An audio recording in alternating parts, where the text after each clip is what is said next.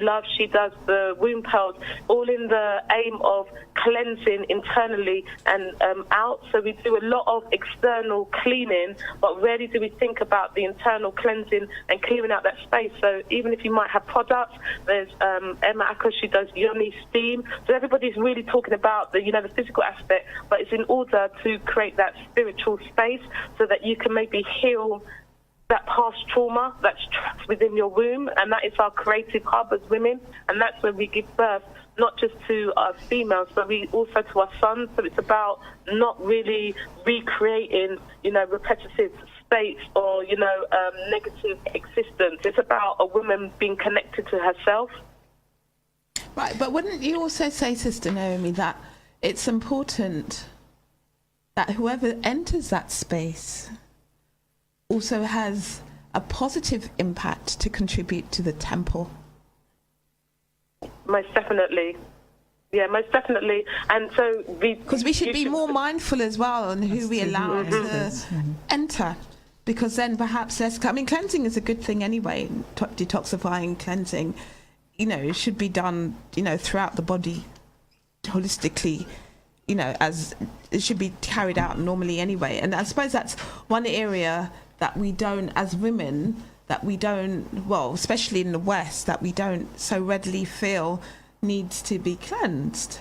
But clearly it is an area that needs to be addressed. But more importantly is that we need to be mindful of who's looking after it. And who we allow in our space. Yes. So it's about who we allow to enter, because they say, that whole sexual connection, that sexual energy, that, all our past partners leave a piece of themselves within us. That's so right. All of their trapped trauma and their repression is also locked within us, and that we could be carrying a whole load of abuse and trauma within us as women.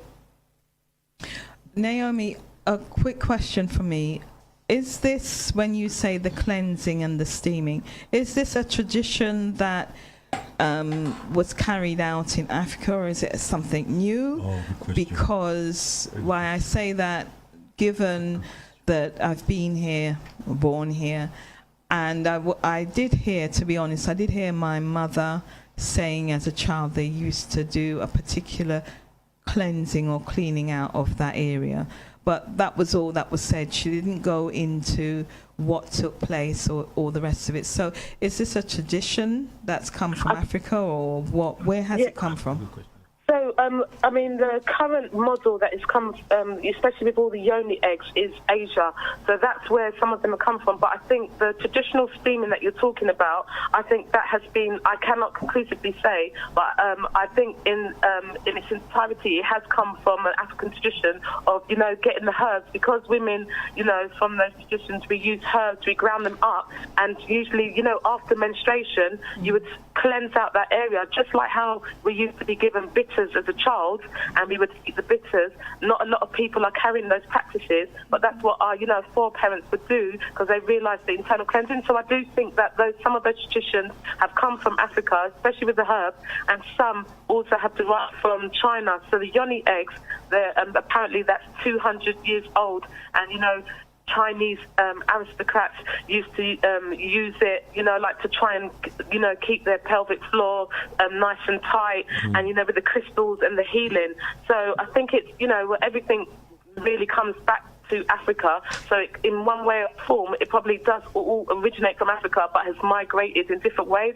But really, what's beautiful is that the current interest in it, because it shows about a female awakening to the body, not just thinking about us just procreating and giving birth, not even just the physical, because I noticed that some women tend to rely just on these physical properties without actually acknowledging there's other work that they need to do, which is cleansing. So like you said, it's about them dealing with their mindset. I do a lot of well-being, and to think about the partners that they're bringing in and all that's trapped, and actually maybe in thinking about having space between partners and the importance of healing and cleansing themselves from past relationships.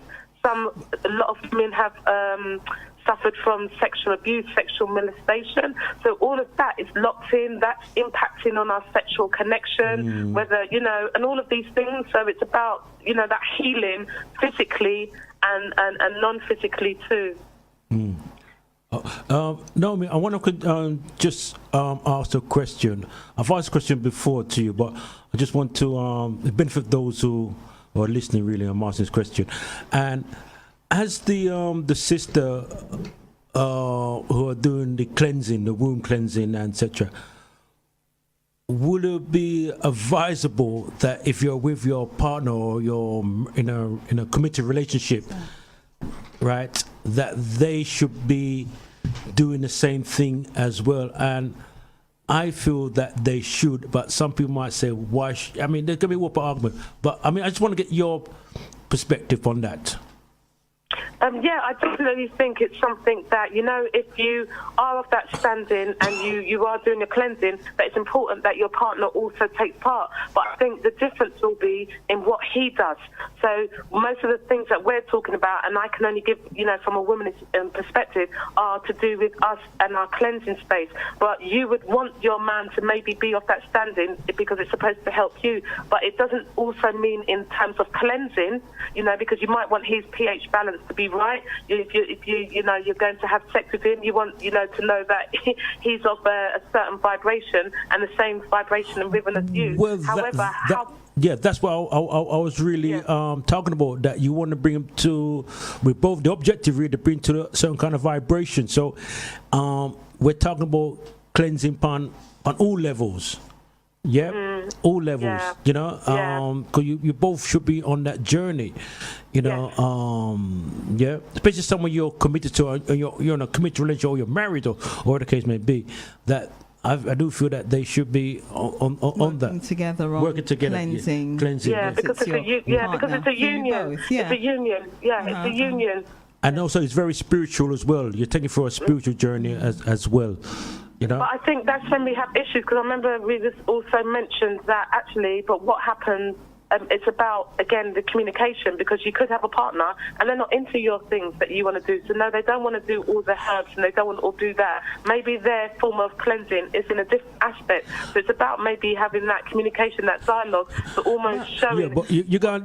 But if you're gonna deal with that from the beginning, though. Yeah, I feel you're gonna, you know, because if you're gonna go on a journey with a partner, right?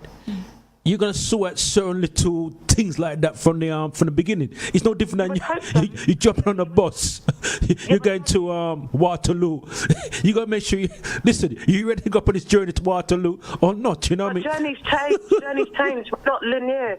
So we may have a destination to get to Piccadilly Circus and see something along the way that shows us, of course, we're experience seekers. So some of our experiences, maybe the destination may change. That's how we're evolving. Oh, right. So maybe you was on that journey, we grow, and that's where we hear some partners talking about growing apart. Right. Yes, they come together, and it was that, but it isn't that no more. Maybe the woman's gone too far to the left, or the man's gone too far to the right. Yeah. But, you know, sometimes, but again, it comes down to communication. So, you know, when you do get anger, for me, it's one of those aspects when you actually realise that something's wrong. You're starting to get anger, and the anger usually stems from frustration. So usually the frustration happens. So whether it's frustration in the bedroom, frustration in the relationship, it could start from him not washing up or the woman not cooking the dinner on time. There's little frustrations, they build up, so we have anger, and now we're in a situation where it can't go on and we need to change. Somebody needs to change, but we need to create some change. But I'm coming in here. Okay, so the question is, as women, we hold our anger within our uterus?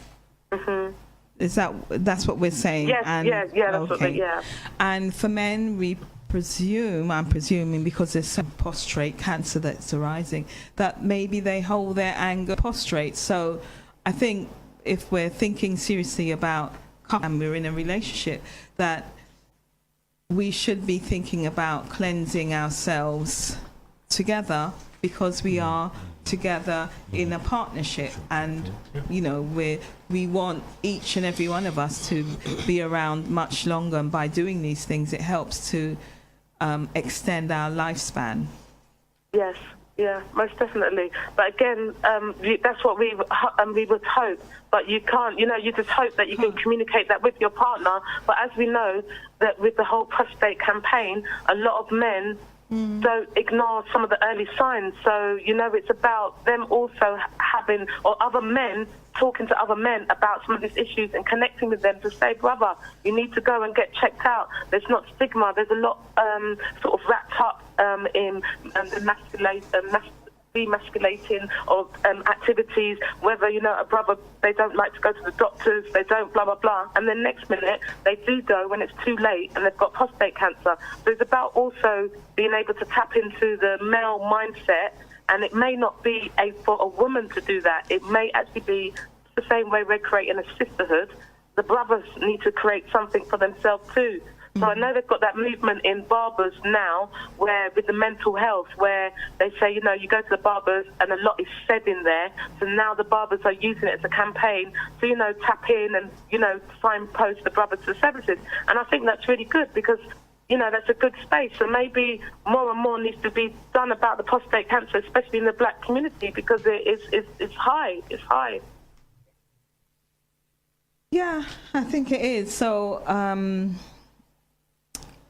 I think when it comes down to the cleansing of those particular areas, the prostate and the uterus, it's something that they should both be embarking on together, and so they can both have a better, greater understanding and a more fulfilling relationship.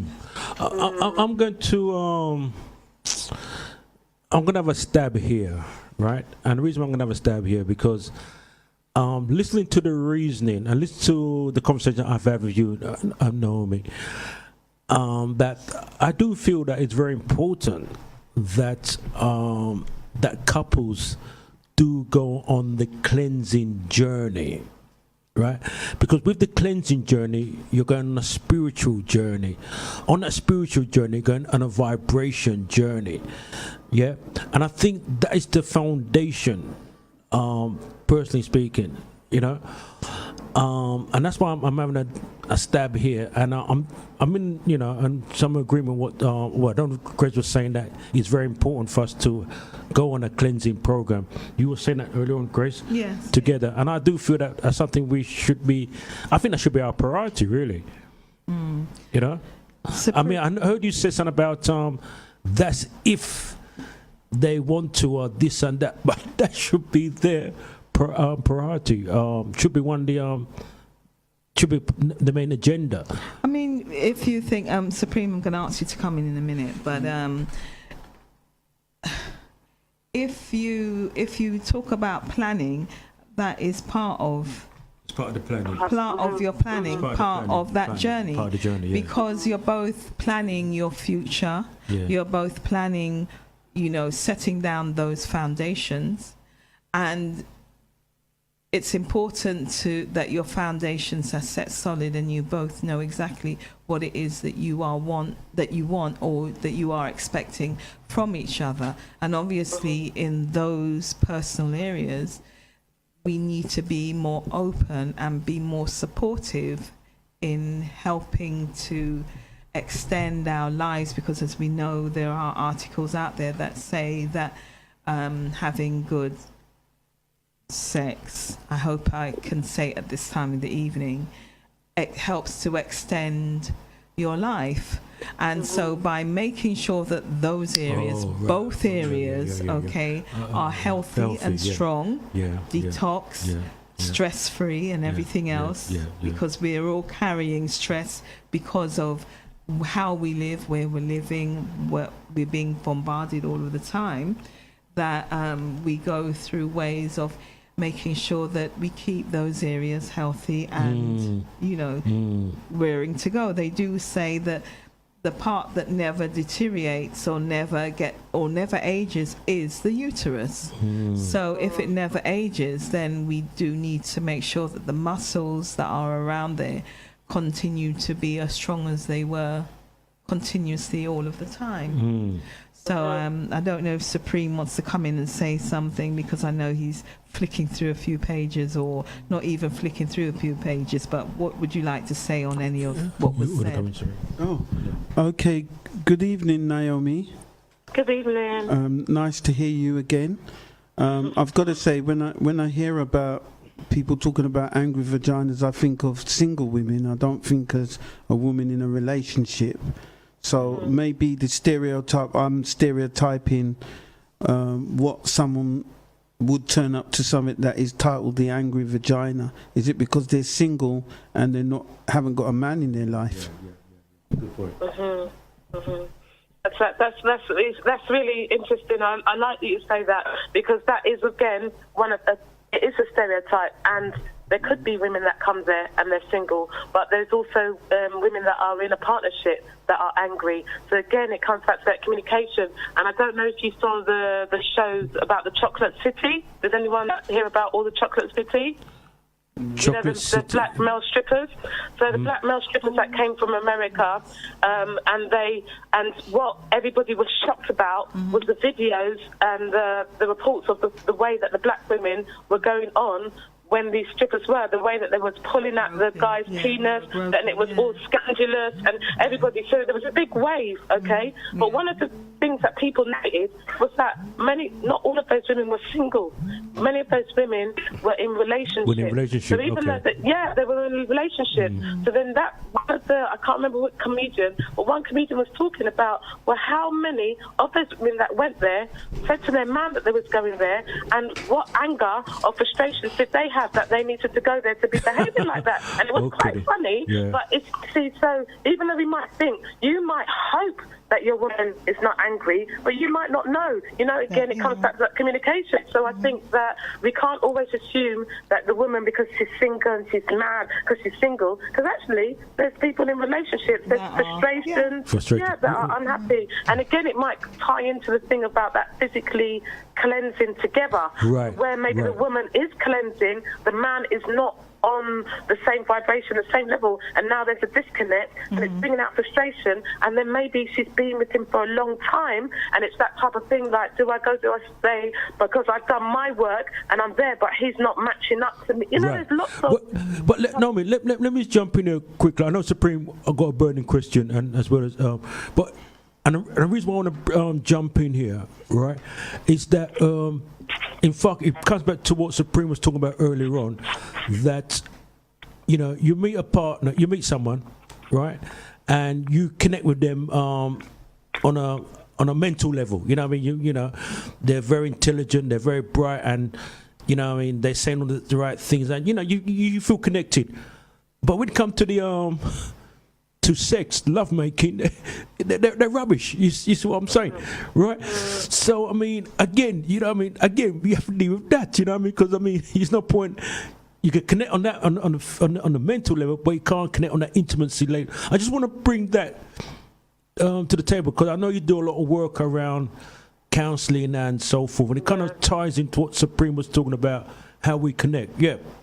Yeah, so there is a lot of frustration around that area, and sex is usually one of the first places that highlights issues within the relationship, because then you stop being intimate, and maybe because there's different reasons why people get intimate, people have sex. Sometimes it's about stress, sometimes it's about that physical closeness. There's lots of reasons why people do it, and so when the issues go wrong, there's an issue, like you're talking about, also that sex level and the libido. So if you've got someone who's got a high sex drive and you've got a low one, you've got a problem. And then it's about, well, where does that compromise come in? If you've got someone and your partner's a freak and you're not a freak, and they like to get tied up every Tuesday and spanked, and you're not into that, what are you going to do? So one of you is missing out. But, you know, like your partner wants that spanking every Tuesday. That's what he's expecting. That's what he wants. You're not giving it to him. What's he to do? What's she to do? One of them is missing out. So again, it's about trying to create that compromise. Maybe it's the woman wants to try it, but some issues with her past, or blah, blah, blah. Or maybe the man, she thinks it's too much for her. That's not part of her belief. But it's really important. Sex is a big part of relationship, and it should be sacred. It's a sacred space, but it isn't just about exploring our fantasies, but it is that intimacy and that trust, that connection, that tantra that we're trying to create with each other. That's very interesting, Naomi, what you said, because I was just considering another reason why a vagina may get angry and may lead to having an affair, because just like you said, if the relationship is very complacent and someone's taken someone for granted, but along comes a stranger who starts to give all the affirmation. Oh, you look beautiful. Oh, you look gorgeous. Oh, I love your hair. I love your dress. I love all the things that your marriage or partnership wasn't having is now leading to that angry vagina. What I would have said would be getting angry because, you know what, it's angry because the so-called partner's not doing it, but you could say in a relationship of an affair, that